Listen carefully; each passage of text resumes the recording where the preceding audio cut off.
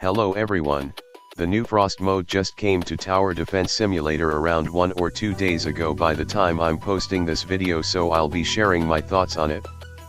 I know I'm playing Fallen mode here, which is kind of ironic since this video is solely about Frost mode, but that's because my main account just got a 1-day ban due to Roblox's terrible AI moderation and my alt account isn't level 60 yet, so I can't play Frost mode.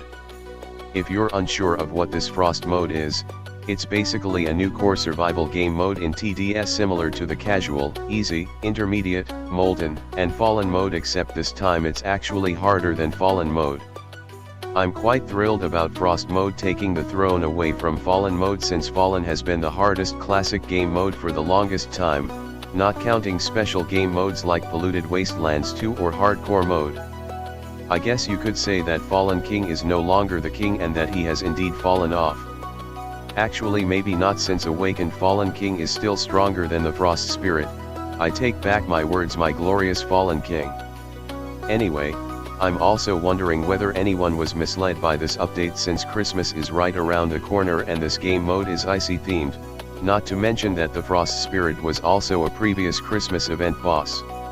This definitely made some people think that this year's Christmas event came early and the update probably disappointed them. If you haven't caught on already, the boss of this Frost mode is the Frost Spirit. I'm pretty sure that the developers love Frost Spirit since they keep bringing it back to the game. First they added it to the classic Frost Invasion event back in 2021, then they redesigned the model and added it back to the Christmas event last year. Now they are adding Frost Spirit together with its army into the game permanently. Why does this cold Dominus looking bro get special treatment while the other bosses remain forgotten? This is also a big L for people who grinded hard for the Frost Spirit logbook back then, as people can just get it anytime now. At least they didn't add back the siege engine to the game. I spent my life savings worth of pumpkin bombs and nukes to get that Frost spawner logbook. Okay, let's get back to talking about the Frost mode. Correct me if I'm wrong, but I'm pretty sure most of the enemy models in Frost mode are just recycled models from the previous Operation Ice Christmas event, including the Frost Spirit itself. I know the developers don't want the enemy models that they painstakingly created to just be used one time for an event and abandoned forever, but I find it strange that they decided to make a new main game mode, especially one that's supposed to be the hardest one, out of mostly reused models. I'm not trying to criticize the developers, but from an avid TDS player's standpoint, I just feel that the developers should at least put in some effort to create new unique enemies for a core game mode that is meant to be the hardest. Putting up the hardest core game mode using recycled enemies and stealing the crown from my boy Fallen King just feels abrupt and unsuitable to me. Additionally, I also felt that there was not much hype built up for this permanent game mode meant to take over the position of Fallen mode for being the hardest survival game mode, and the update just felt a little bit forced. Another thing worth mentioning is that Below Natural, who is the creator of TDS, previously tweeted on X that everything between the Hex's Cape and Null and Void event will be playable in probably the distant future, which makes me further question why the developers chose to add the Frost mode now when the Operation Ice event is going to be playable in the future. For the gameplay of the Frost mode itself, there's honestly nothing much special about it that makes it stand out from the rest of the main game modes. If I'm being honest, I feel that this Frost mode is just Fallen mode 2.0.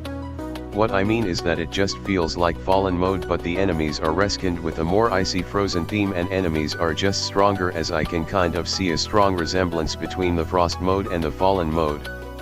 I can't think of any good examples at the top of my head right now, but one clear example is how the Yeti at Wave 30 of Frost mode is extremely similar to the Fallen tank at Wave 30 of Fallen mode. Not only do both enemies appear at the exact same waves in their respective game modes, but I'm also pretty sure that they have the same running animation. Frost mode is low-key just a Fallen mode wannabe. Anyway, enough with me trashing on this Frost mode, time to move on to the more positive aspect of this game mode. Though Frost mode is a blatant Fallen mode copy, there are still certain aspects of it that makes it stand out from Fallen mode. One cool thing is that some enemies are lead, which means bullets from towers with no lead detection deal no damage to that enemy. This makes Frost mode the first and only survival game mode to have lead enemies, since Fallen mode only has flying enemies and doesn't have lead ones. I'm also sure I speak for many TDS players out there that we are tired of the limited few survival game modes in the game, and experienced players are also not keen in grinding the same old Fallen mode and seeing the same old Fallen enemies. The addition of Frost mode is a nice little challenge for players, with the Frost Spirit having over twice the health points of the Fallen King. Even if you already have all the good towers in the game and can easily triumph Frost mode, it's still refreshing to have a new game mode with new permanent ice-themed enemies that you can come back to any time to admire. I'm sure I speak for all of us that we'll all be drooling over the Frost Spirit. The rewards given for beating the Frost mode are also massive. 1,500 coins is incredible, and they even give 75 gems, even though that's mostly useless. Everyone is going to be moving from Fallen mode to Frost mode after this. However, I am curious whether the developers are also going to add something like a hidden wave to Frost mode too. Since Fallen mode is no longer the hardest game mode in the survival category, it's kind of odd that only the second hardest main game mode has a cool hidden wave. I think that the developers should also add a cool secret to Frost mode too in the future to make it stand out more as the hardest main game mode. Maybe they can make a hidden wave in Frost mode that can be activated when everyone places down a freezer, which will make the Frost Spirit freaky. They could give the freaky Frost Spirit a gimmick that makes it defecate icicles on towers, which will freeze their brains and hypnotize them into becoming enemies and attacking other towers. My ideas are genuinely so brilliant. Paradoxum Games, please make me your next creative director. Enough with my self-glaze. Another thing I want to talk about is that the developers did mention on the Paradoxum Games Discord server that the survival game modes, including the Frost mode, are not canon to the TDS storyline. This confirms that only events such as the Halloween and Christmas events are canon to the TDS story, whereas antagonists such as the Fallen King and Molten Warlord are just to add gameplay for players. Now this is where things start to get messy. Since the Frost Spirit is canon to the TDS story as shown in the Operation Ice Christmas event last year, the developers are essentially adding a canon character into a non-canon game mode, creating two separate versions of the Frost Spirit in TDS, one being canon while the other being non-canon. Sometimes I think that I'm going insane. I should really take my pills someday. Another wonderful suggestion for the developers is to add a duck mode harder than Frost mode, where all the enemies are flying, since ducks have the ability to fly. The boss should be Duck-a-Doom 3.0 with 10 million HP and access to warping technology, so it can teleport to the end instantly, making time scale tickets the only way to beat it.